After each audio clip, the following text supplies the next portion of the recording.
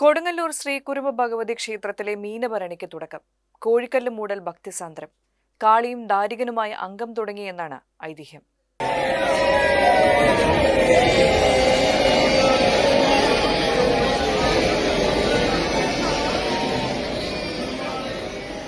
പന്തീരടി പൂജയ്ക്ക് ശേഷം വടക്കേ നടയിൽ പ്രധാന ദീപസ്തംഭത്തിന് സമീപമുള്ള വൃത്താകൃതിയിലുള്ള കോഴിക്കല്ല് കുഴിച്ചുമൂടി അതിനു മുകളിൽ ചെമ്പട്ടി വിരിച്ച് കോഴികളെ സമർപ്പിച്ചു. നൂറുകണക്കിന് ഭക്തരെ സാക്ഷിയാക്കി പാരമ്പര്യ അവകാശികളായ കാവിൽ ഭഗവതി വീട്ടുകാരും വടക്കേ മലബാറിലെ തച്ചോളി വീട്ടുകാരും ചടങ്ങ് നിർവഹിച്ച് ആത്മനിർവൃത്തി അടഞ്ഞു. കോഴിക്കല്ല് മൂടിയതോടെ ക്ഷേത്രത്തിൽ തടിച്ചുകൂടിയ ഭക്തജനം ശരണം വിളികളോടെ ദേവീസ്തുതികൾ ആലപിച്ചു.